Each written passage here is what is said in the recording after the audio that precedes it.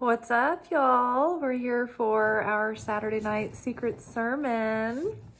This is our weekly segment entitled Secret Teachings of Jesus, where we are delving into the Gnostic Gospels. We are in the Nag Hammadi scriptures, studying the Gospel of Thomas. So before this, we had covered the Gospel of Mary over a few weeks. And before that, we spent about a year and a half on the Gospel of Philip. And then before that, we did the Secret Book of James.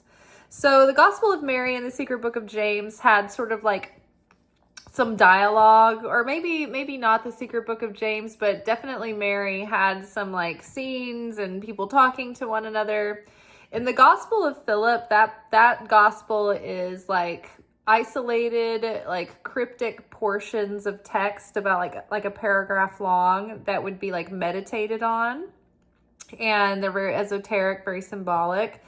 The Gospel of Thomas is similar to the Gospel of Philip. It's not like a scene playing out with people coming and going and talking about things. The Gospel of Thomas is these sayings that were cataloged that Jesus would say, or things that he said that were significant. The Gospel of Thomas is solely focused on Jesus's teachings, rather than where he went, what he did. It doesn't have anything, it's not about his divinity or his miracles that he performed or even the crucifixion. It's really just focused on Jesus's words from the times when he was teaching. So I think that's interesting to note.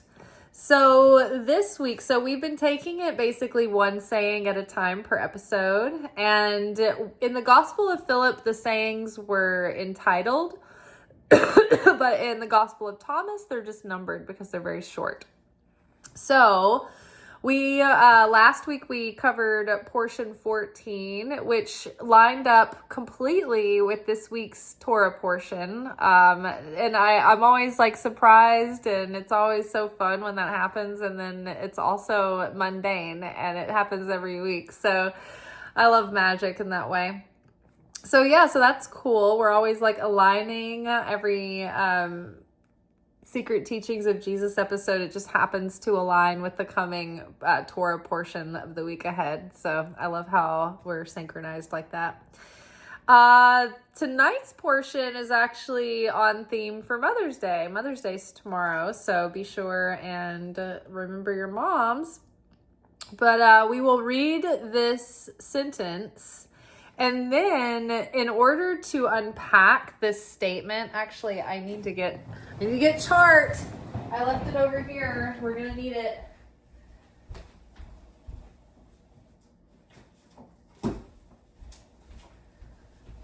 Chart's going to come in handy because we're going to need a visual. It's like some far out stuff we're thinking about tonight. So we're going to go into the Pistis Sophia to read a page or two out of that. And I think that'll paint the picture for where I'm coming from. All right. So we're on saying 15. And it goes a little something like this. Jesus said, "When you see one who was not born of a woman, fall on your faces and worship. That is your father." There's a footnote here. What does it say? So the footnote references John chapter 10, verse 30. So let's say it again. Jesus said, "When you see one who is not born of a woman, fall on your face and worship. This is your father."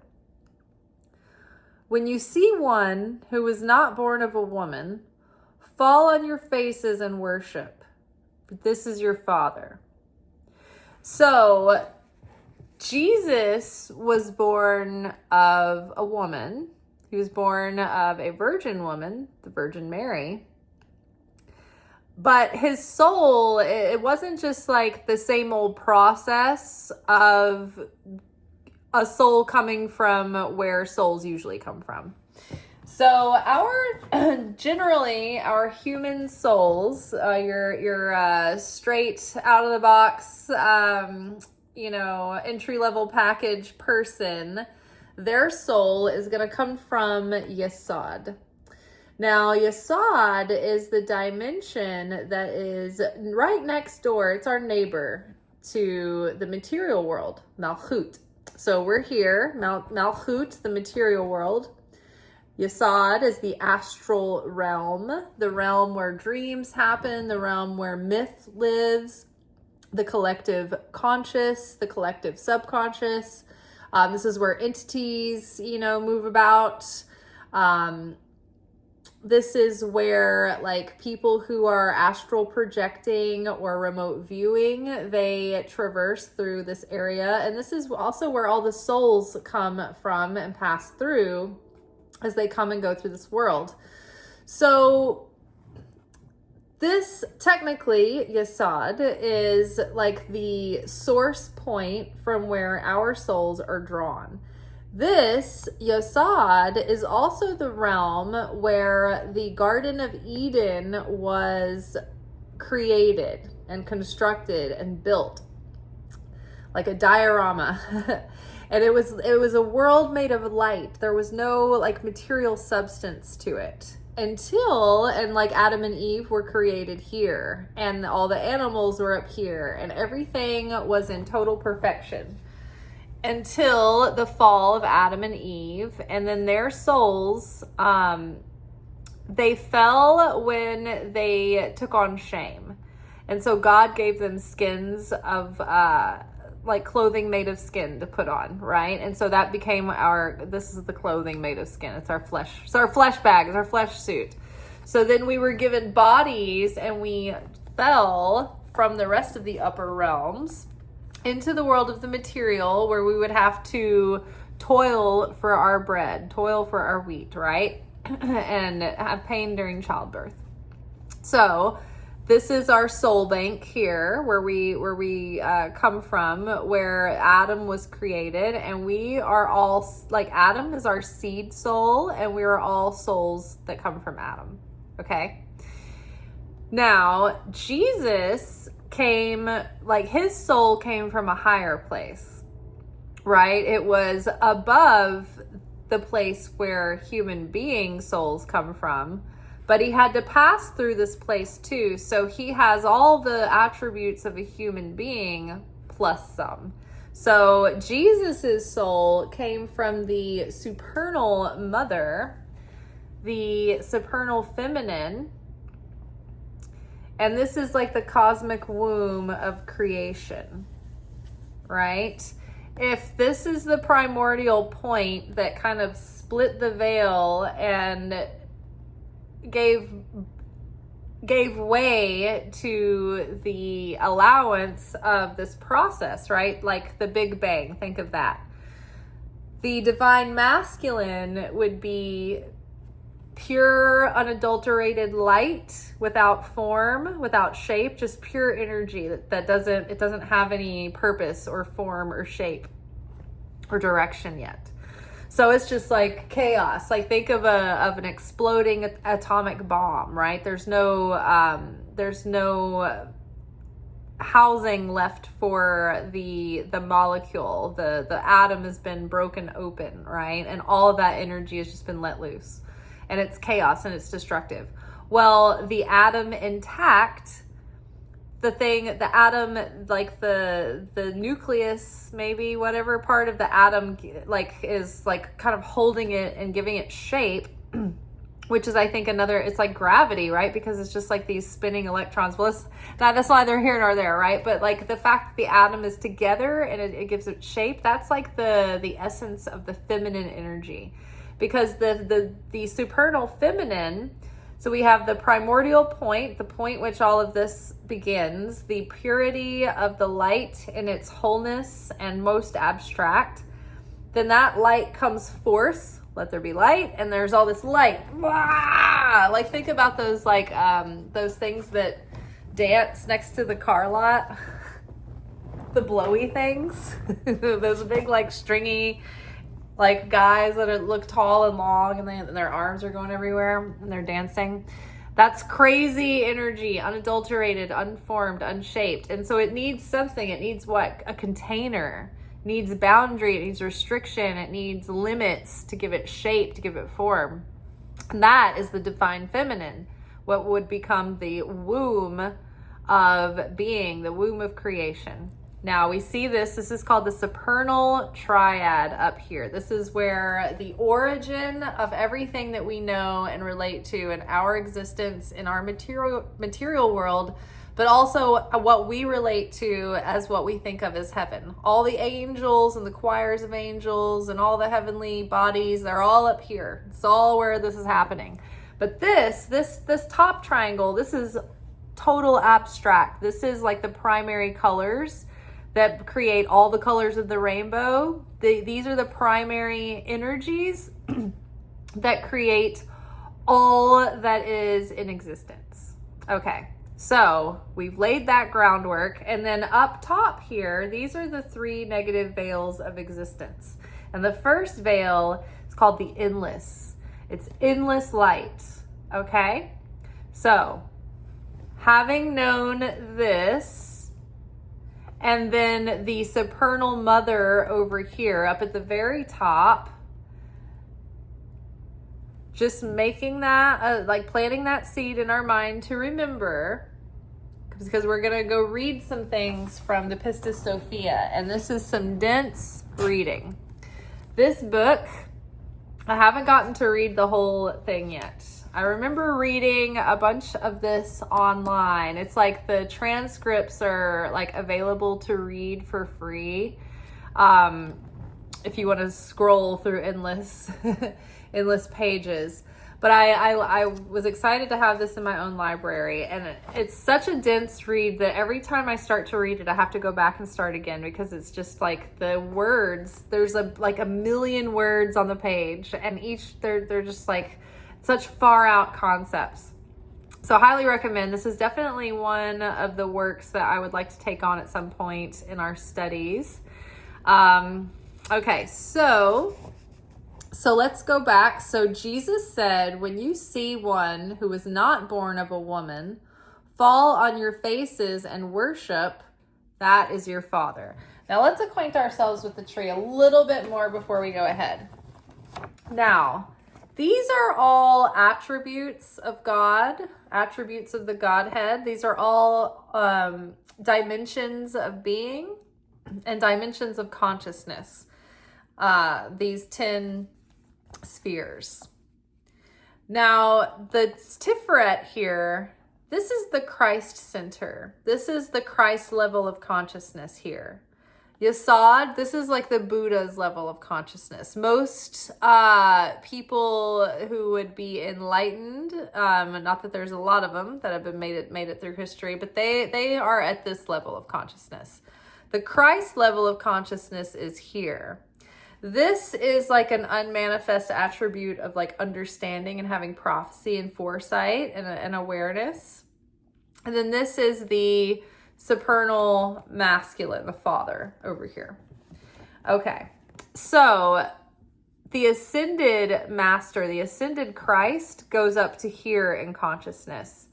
And then once we rise above this, it's like we don't even have human personality left anymore. The layers of our ego have shed so much at this point when we rise above the point of Tiferet, that we are starting to become reunited back into the all that is. We're not like an individual soul or spirit at that point anymore. And then it should also be noted that each one of these Sphirot have a corresponding like patriarch or prophet from the Bible that is the chariot of that Sphirot.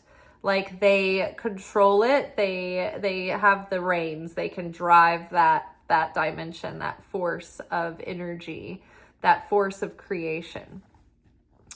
All right, so let's read this again, and then we'll read our passage from the Pistis Sophia. Jesus said, when you see one who was not born of a woman fall on your face and worship, that is your father. So I think that he's referring to when certain, like Jesus's soul came from a higher realm than just Yesod. And the Father, like the Father of God, existed like formless, right? If we want to relate God to anything in this side of existence, we could relate God to Keter, because that is God in God's uniform. This is all God, right? But God pulled into pieces and kind of broken up into specific attributes and parts. But this is God and God's totality as expressed, or the beginning of expression, as the light of the Creator. And all of the attributes of everything, it's like white light. Everything exists in that white light. That is the most abstract form of God, until you go up into the endless. The endless is actually the real nature of God. It's like endless light, endless potential, no form, just perpetual eternity, right? And consciousness that condensed and wanted another, something to share, something to pour forth into, another person, another being, another consciousness to relate to. So when God was in the endless realms, God had unrest. God had ennui. There was just this building pressure and tension and wanting to share, to give, to relate. And that's when God created creation.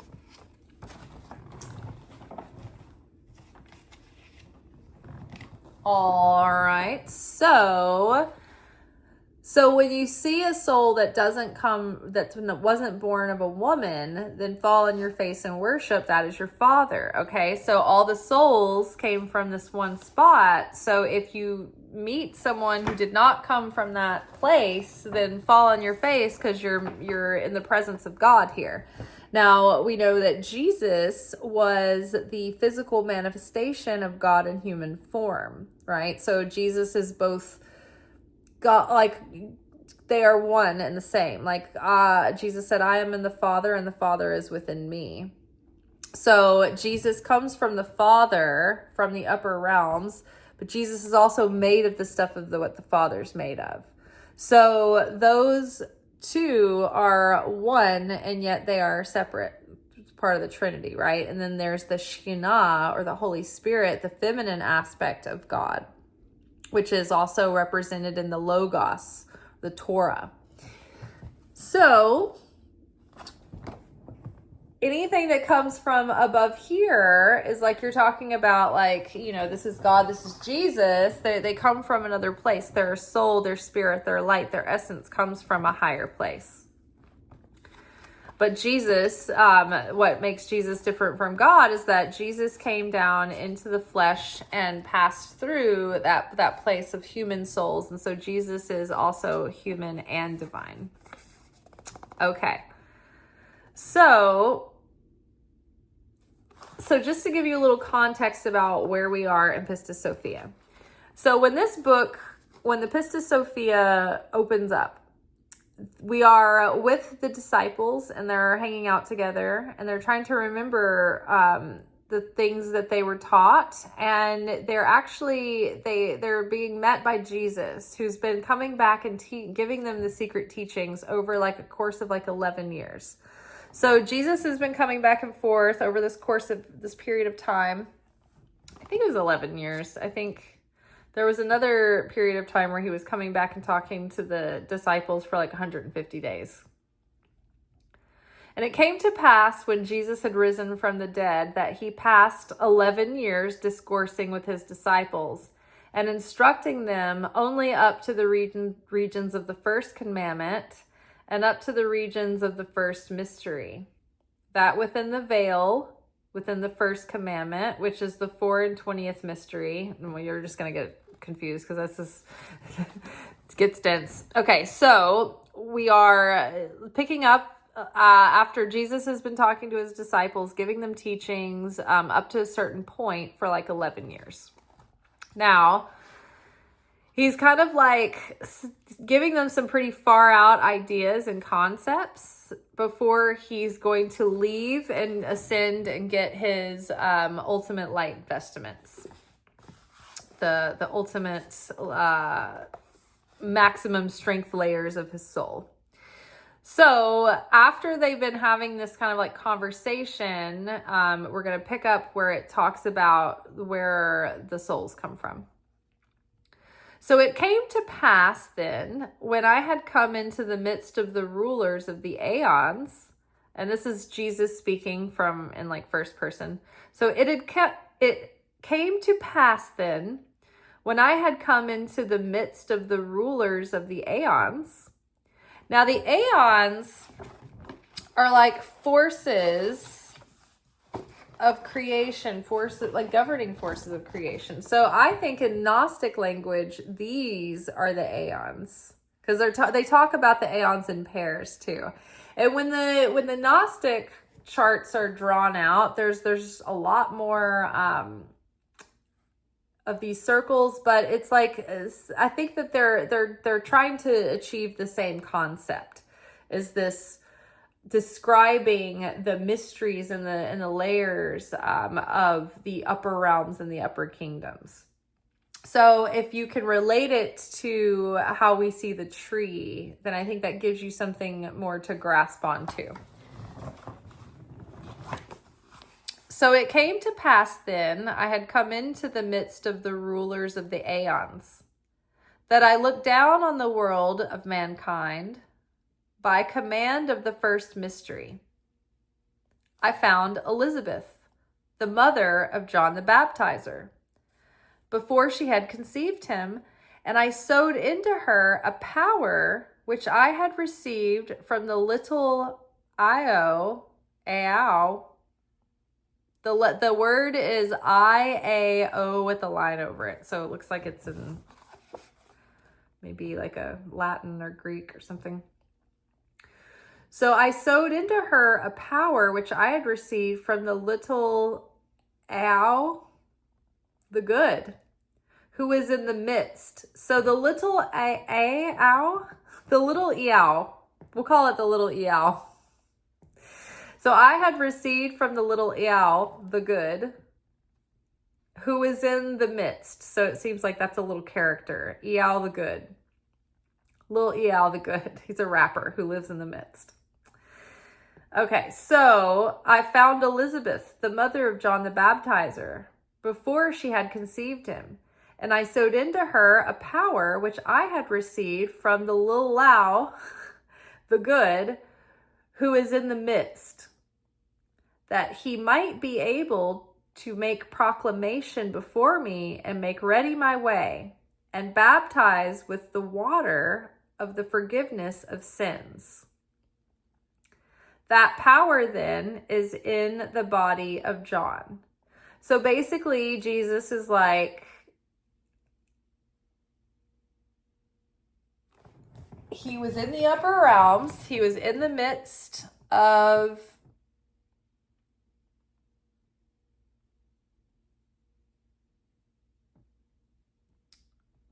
he was in the midst of the aeons here. Okay, so here we go. It came to pass that I had come into the midst of the rulers of the aeons, which is this. Oh shoot, I lost my place. That I looked down on the world of mankind, which is down here. So Jesus is up here in the midst of the rulers of the aeons. He looks down on the world of mankind. By command of the first mystery, I found Elizabeth, the mother of John the Baptizer, before she had conceived him.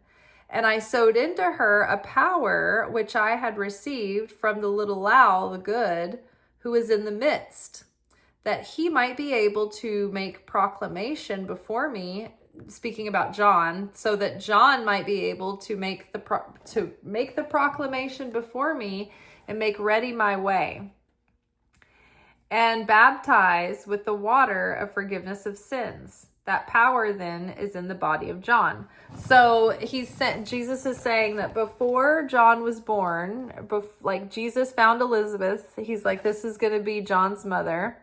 And before he's born, he sows in her. It's funny that I grabbed the Empress for the bookmark to save the space. So Elizabeth pregnant with John, Jesus sows in her this power to pass on to John that would anoint John to proclaim the way, right? Prepare the way for the king. Make straight the way for the king is what the Roman soldiers would say. But the irony is that that's what John was sent to do for Jesus. He was sent to prepare people's consciousness to be able to receive Christ and understand the teachings when Christ showed up. They would be expecting him, and then they would know to look for him. So John was assigned this ministry of preparing the way, proclaiming the way that the Messiah was coming, and preparing for the people for that. And then that they gave John a special additional power to wash away the sins through the baptismal act,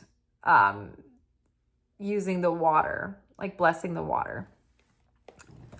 All right. So John the Baptizer was given a special power to anoint his baptism. Moreover, in the place of the soul of the rulers, which he was appointed to receive, I found the soul of the prophet Elias in the aeons of the sphere. So while he was up there, he found the soul of the prophet Elias up here in the spheres.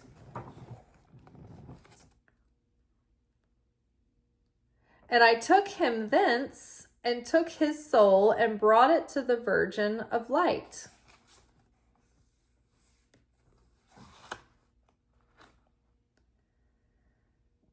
So I took him thence and took his soul and brought it to the Virgin of Light, and she gave it over to her receivers. They brought it to the sphere of the rulers and cast it into the womb of Elizabeth. So the power of the little owl, who is in the midst, and the soul of the prophet Elias, they were bound into the body of John the Baptizer. So the power of the little owl who is in the midst. So some sort of power of an entity that is in the midst, some sort of being there, and the power of the prophet Elias were bound into the body of John the Baptizer. I'm guessing that owl who was in the midst gave John the power that he had with the water, with the washing away of sins. And the power of that speech came from Elias. Like John the Baptist was like a prophet and a powerful speaker. And people said that they thought he was the prophet Elijah. So I wonder if this spelling Elias is synonymous with Elijah. I have a feeling it probably is. So yes, John the Baptist was like a reincarnated version, or like he had like soul splinters or like pieces of soul of Elijah. Like part of Elijah's anointing was on John the Baptist. For this cause then were ye in doubt aforetime. For this cause then were ye in doubt aforetime. When I said unto you, John said, I am not the Christ. And ye said unto me, it standeth written in the scripture, when the Christ shall come, Elias cometh before him and maketh ready his way. So John the Baptist was like, y'all think that I am the Christ because I'm so, influential and I have a lot of power and influence, but I'm not the Christ. It's written that when the Christ comes, the Elijah will come before him and make ready the way. But here it says Elias. So I think we're going to go with this. I meant to look this up before we started the video, but I did not. But Elias, I believe, is synonymous with Elijah.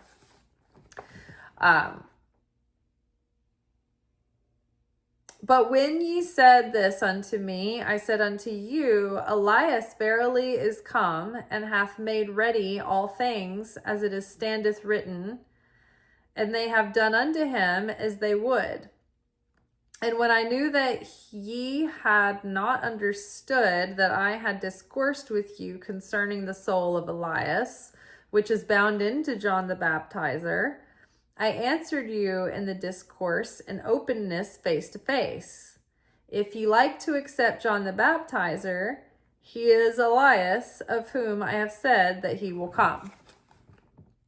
And Jesus continued again in the discourse and said, It came to pass then thereafter that at the command of the first mystery, I looked down on the world of mankind, and I found Mary, who was called my mother, according to that body of matter, or according to the body of matter, right? So he looked down into the world of man, like imagine Jesus in the upper realms, up in the clouds, looking down onto the realm of men, and he's pre-planning this before his birth. He's up in the non-embodied form of his spirit, and he's like, okay, I'm going to find Elizabeth, and I'm going to zap her with this magical energy, and I'm going to infuse her with this lulau of the midst, and I'm going to infuse her with Elijah, the prophet's soul, so that those two forces are going to combine into John the Baptist, and he will go before me, and he will prepare the way, and he will prepare people's consciousness, and he will give people a heads up that the Messiah is coming, and that he will perform this sacred rite and ritual with the water, where he will baptize people and cleanse their soul of sin to prepare them to receive me. Through the fire and influence and soul of Elijah. Then on top of that, he was like, okay, so I've got John the Baptist taken care of. Now, who's going to have me? Who's going to be my mother? So Jesus is looking, and he sees, let's read that again. And Jesus continued again in the discourse and said, and it came to pass then thereafter, that at the command of the first mystery, I looked down on the world of mankind and found Mary, who is called my mother, according to the body of matter. So he's saying that Mary, he found Mary, who is going to be a vessel to channel Jesus through to the world. And they're going to call her his mother according to like the body of matter. So it's like she's going to play my mother, but my soul's really coming from somewhere else. She's not exactly creating me from like egg and a father's sperm. She's a vessel. She's like a surrogate mother, right? Because it says, it has it in quotes. Hold on, it says, and it came to pass then thereafter that at the command of the first mystery, I looked down onto the world of mankind and found Mary, who is called, semi-quote, my mother, according to the body of matter. Like, according to the law of the flesh, according to the world of the flesh, you would call this lady my mom. You could call her my mother. Okay. Happy Mother's Day, I guess, Mary, who I picked from upper realms. Okay, so I looked down on the world of mankind and found Mary, who is called my mother, according to the body of matter. I spake with her in the type of Gabriel. So I spoke to her in the image of Gabriel. So Jesus even appeared to Mary in the form of the angel Gabriel.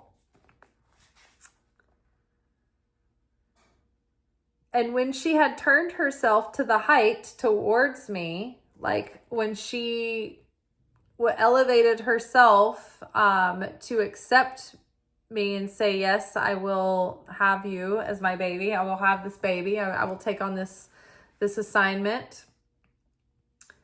I spake with her in the type of Gabriel, and when she had turned herself to the height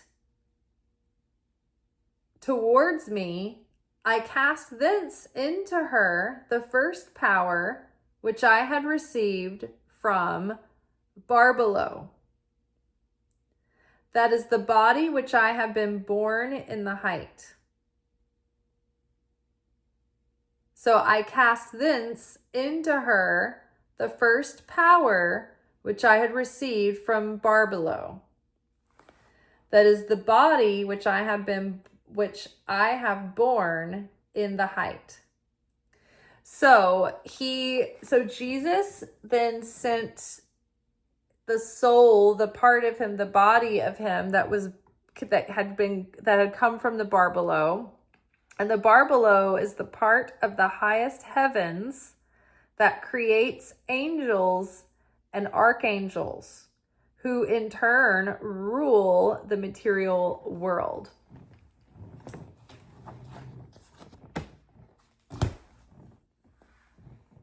Bina, the dark mother, the supernal mother, the cosmic womb here that gives birth, right? This is what I'm equating, that he's saying that the souls of the angels and the archangels come from this place. And so his light body was birthed from the Barbelo.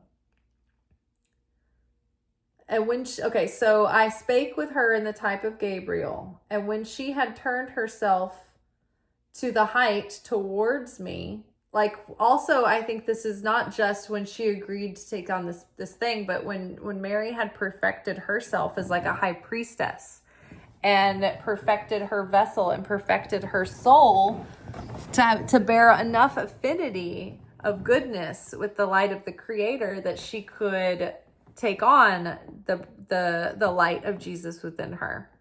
So when she had turned herself to the height towards me, I cast thence into her the first power which I had received from the Barbelo. So then Jesus infused Mary, kind of like he did Elizabeth, with this power that came from the Barbelo, right? In order that she could carry him and give birth and house that soul, that level of soul power within her when she's, pregnant with Jesus. So let's see. I cast thence into her the first power which I had received from the Barbelo. That is the body which I have born in the height. So he cast into her the body that he had born in the height. So his light body from the upper realms, right, are not the flesh suit, but the person underneath, right? When Adam and Eve were in the Garden of Eden, they had light bodies and they were in this whole light world. They didn't have flesh suits. Well, that's similarly, but higher up. Jesus cast that part of himself into Mary.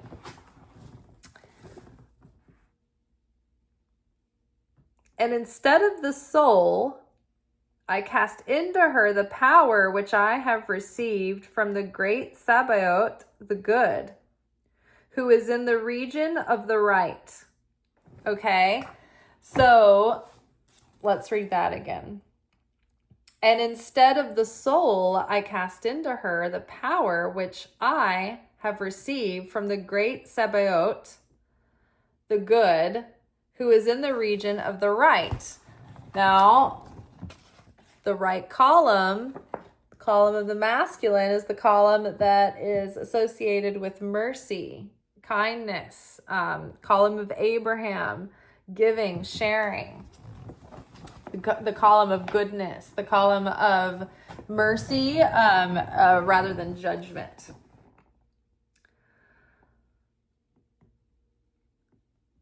And the 12 powers of the 12 saviors of the treasury of the light, which I had received from the 12 ministers of the midst, I cast into the spheres of the rulers, and the deacons of the rulers and their servitors. And the deacons of the rulers and their servitors thought that they were souls of the rulers. And the servitors brought them, they bound them into the body of your mothers. And when your time was completed, ye were born in the world without souls of the rulers in you. And ye have received your portion out of the power which the last helper hath breathed into the mixture, that which is blended with all the invisibles and all the rulers and all aeons, in a word, which is blended with the world of destruction, which is the mixture. So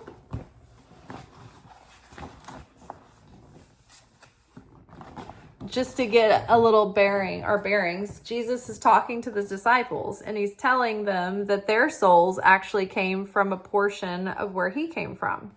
Like he grabbed some stuff up there to make them with, because they were, they came from a higher place too. So the mixture is this is like where the concrete mixture is mixed up in the truck. Right? You know how the truck has the concrete truck has the thing that goes round and around like a slushie. So that's where the mixture is happening. And the mixture, all of the spirit above, where they're calling it the aeons, everything that comes from above it is contained in the mixture. Like all these gumballs come down into the gumball machine. They're all mixed together before they're poured down into the concrete mixture is poured down into the lower world here, the material world. So think about that again. Think about the disciples getting their soul from not just the regular soul station, but from higher up. And all of this has been pulled into a mixture that is going into their soul from where they're coming from. So let's read that again. And the 12 powers of the 12 saviors of the treasury of the light, which I had received from the 12 ministers of the midst, I cast into the spheres of the rulers. The spheres of the rulers. And the deacons of the rulers and their servitors thought that they were souls of the rulers.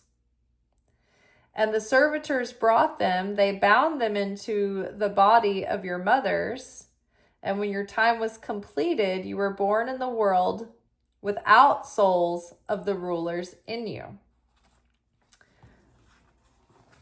So the rulers are sort of like the negative influences, or like the negative powers that have reign over the material world. So like all of these attributes can be vices or virtues depending on the influence and the consciousness behind them, and if they're in balance or not. So it was like the disciples were born without the influence of that like darker, wicked, lower evil inclination, or at least not as much as the rest of us, right? They were taken of a special portion. So, and then just like when, Jesus was up there orchestrating his birth, the birth of John the Baptist, he's like, okay, and I'm going to have these 12 helpers, and I need them to have like the ability to be able to perform these special things and understand these teachings, and they're a part of me. So I'm going to infuse them with this special higher energy and material to be born of, and they will bypass the influence of the residue of the rulers, which kind of gets into the average human soul. So let's go back and read this. And the deacons of the rulers and their servitors thought that they were souls of the rulers. And the servitors brought them. They bound them into the body of your mothers. And when your time was completed, you were born into the world without souls of the rulers in you.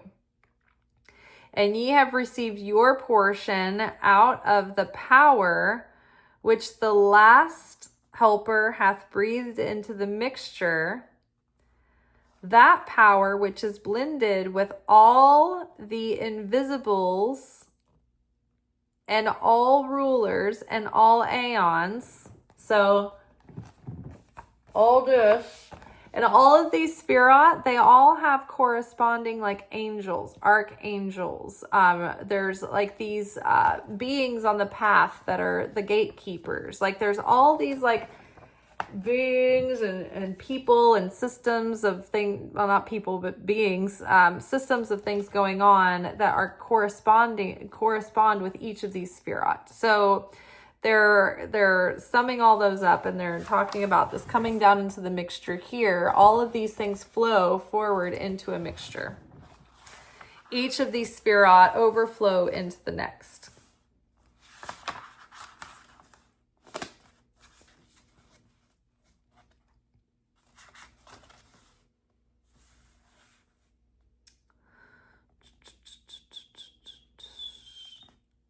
This power, which from the beginning I brought out of myself, I have cast into the first commandment, and the first commandment cast a portion thereof into the great light.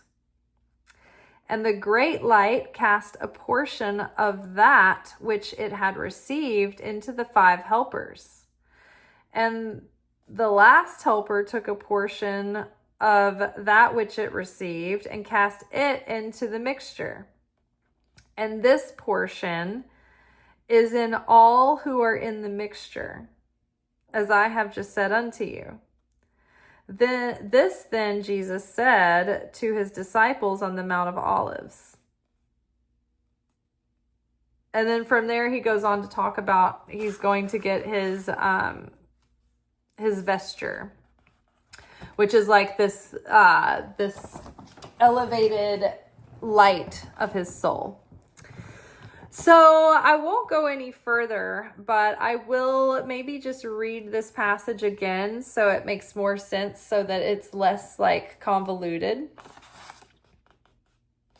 So I will read the saying from the Gospel of Thomas, because I think that it's referencing this, and then we'll read the Pistis Sophia portion.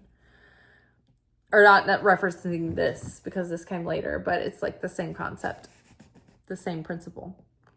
Okay, so Jesus said, when you see one who was not born of a woman, fall on your faces and worship, that is your father. So he's referring to himself, and he's born of a virgin, but like he really comes from beyond the virgin. He just passed through the virgin, right? So Jesus said, when you see one who is not born of a woman fall on your face and worship, that is your father. Your father in heaven. That's your God, your maker. And then just to understand all these layers where, okay, well, where would they have come from? Where do we come from? Where do they come from? We're coming from here. And Jesus came from up here, and he infused Elizabeth and Mary with abilities from up here, and he infused Elizabeth with the soul of Elijah, and also that little Lao of the midst being essence. And then he also took some of that power and put it into the mothers who would give birth to the disciples. Okay, so, and the disciples actually had all of this from the mixture, right? From the mixture, when it finally got into all the souls and then deposited down. Okay.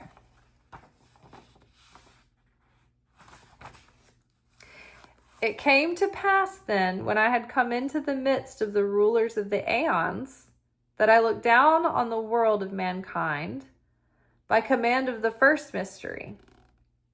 I found Elizabeth, the mother of John the Baptizer, before she had conceived him, and I sowed into her a power which I have received from the little owl, the good, who is in the midst, that he might be able to make proclamation before me and make ready my way, and baptize with water of the forgiveness of sins. That power then is in the body of John. Moreover, in the place of the soul of the rulers, that John was Elias in former birth. So they're saying that John was Elias in a former incarnation. Or Elijah. It's just spelled Elias here. Before me and made ready my way and baptized with the water of the forgiveness of sins. That power then is in the body of John. Moreover, in place of the soul of the rulers, which he was appointed to receive, I found the soul of the prophet Elias in the aeons of the sphere. And I took him thence and took his soul and brought it to the Virgin of Light, and she gave it over to her receivers. And they brought it to the sphere of the rulers and cast it into the womb of Elizabeth. So it sounds like there's like a hierarchy and a bureaucratic system of red tape, sending the soul, sending the energy through to this one and that one. You know, I'm stamping off, I'm sending it, we're ready, we're going, it's a go. So it's like mission control almost, right? Up here.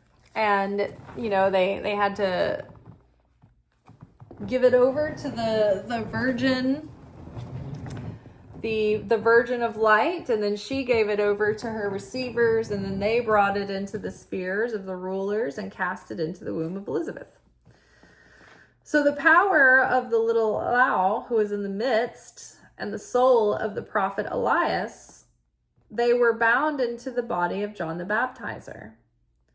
For this cause then were ye in doubt aforetime, when I said unto you, John said, for this cause then you were in doubt aforetime, when I said unto you. When I said unto you, John said, I'm not the Christ, and ye said unto me, it standeth written in the scriptures, when the Christ shall come, Elias cometh before him and maketh ready his way. But when you said this unto me, I said unto you, Elias verily is come, and hath made ready all things, as it standeth written, and they have done unto him as they would. And when I knew that, and when I knew that ye had not understood that I had discoursed with you concerning the soul of Elias, which is bound into John the Baptizer, I answered you in the discourse and openness face to face. If ye like to accept John the Baptizer, he's Elijah, or Elias, of whom I had said that he will come. And Jesus continued again in the discourse and said, it came to pass then thereafter, that at the command of the first mystery, I looked down onto the world of mankind and found Mary, who is called my mother according to the body of matter. And I spake with her in the type of Gabriel. When she had turned herself to the height towards me, I cast thence into her body the first power which I had received from Barbelo, the place where the angels and the archangels are created. So I cast thence into her the first power which I had received from the Barbelo. That is the body which I have borne in the height. And instead of the soul, I cast into her the power which I have received from the great Sabaoth, the good, who is in the region of the right. So I cast into her the power which I received from the great Sabaoth, the good, who is in the region of the right. And the 12 powers of the 12 saviors of the treasury of the light, which I had received from the 12 ministers of the midst, I cast into the sphere of the rulers. And the deacons of the rulers and their servitors thought that they were the souls of the rulers.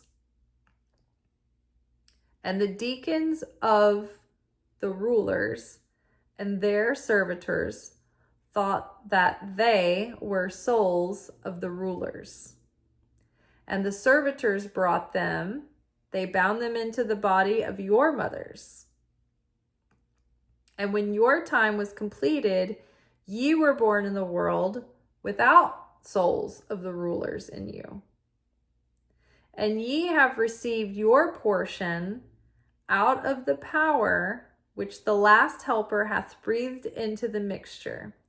That power which is blended with all the invisibles and all rulers and all aeons, in a word which is blended with the world of destruction, which is the mixture. This is the world of destruction, the material world. This is the world of death and decay and expiration dates and things breaking down, right? This is the world of destruction, the material world.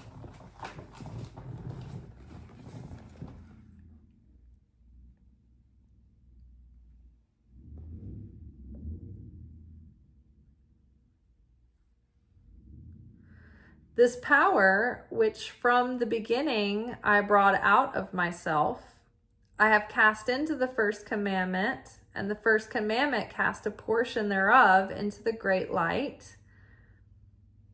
And the great light cast a portion of that which it had received into the 5 helpers. And the last helper took a portion of that which it received and cast it into the mixture. And this portion is in all who are in the mixture, as I have just said unto you. So that is kind of a roundabout way to talk about the subject today.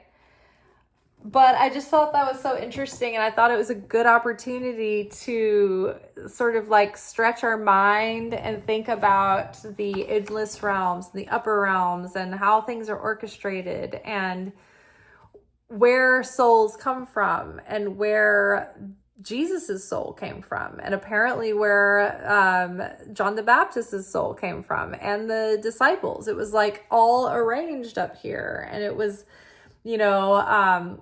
orchestrated by these different players and beings who were making it happen. And they were finding the mothers, and they were infusing these mothers with like these powers before the babies were in there, so that the babies would receive these powers. So I think that's just so interesting. So again, Jesus said, when you see one who was not born of a woman fall on your face and worship, this is your father. So Jesus was not exactly born of a woman. He was born through a woman. But when you see a soul that doesn't come from just this place, which Jesus's soul came from the upper realms, to be aware, to fall on your knees and worship, because that is God. That's your Father in front of you. All right, well, far out, maybe not directly connected, or maybe so. Maybe this is exactly what he was implying with those few words. I also think it'd be interesting too if I ran into this explanation at any point reading the Tikkun Zohar, because a lot of times, like, the commentary of the Zohar is dissecting the language that is used in the Bible and why certain words are chosen over other words. Like, why didn't they say this? It would have been more clear, less confusing. Or why did they spell it this way? There's always a reason. And so that is what the Zohar gets into. That's the commentary on the Zohar as it relates to the Bible. And then there's the Tikkun HaZohar, that's like the commentary on the commentary. So sometimes I have like come across things that like bring up something that I'm like, oh, I remember covering that before. And we were dancing around that idea. We were so close, or we were like right on it, or whatever. And sometimes I'll go back and like talk about it again later. But if I come across this topic and it's expounded upon in any more depths and in any more cryptic ways, I will come back to this statement. Sometimes it's like the most straightforward, obvious statements. There's so much in them that there's so much hidden depth that you would just look right past, right? So I think it would have been easy today to just be like, yeah, he's talking about God, he's talking about Jesus. But I think to go into that whole thing about the Barbelo, the mothers, like where they're coming from. And let me read the note that I had found in the Barbelo one more time. So I think that's just an interesting realm to think of. So the Barbelo is part of the highest heavens that creates angels and archangels, who in turn rule the material world. All right, you all, that is all for tonight. Tomorrow we will be back together for our weekly energy oracle forecast, where we will be getting the spiritual weather for the week ahead.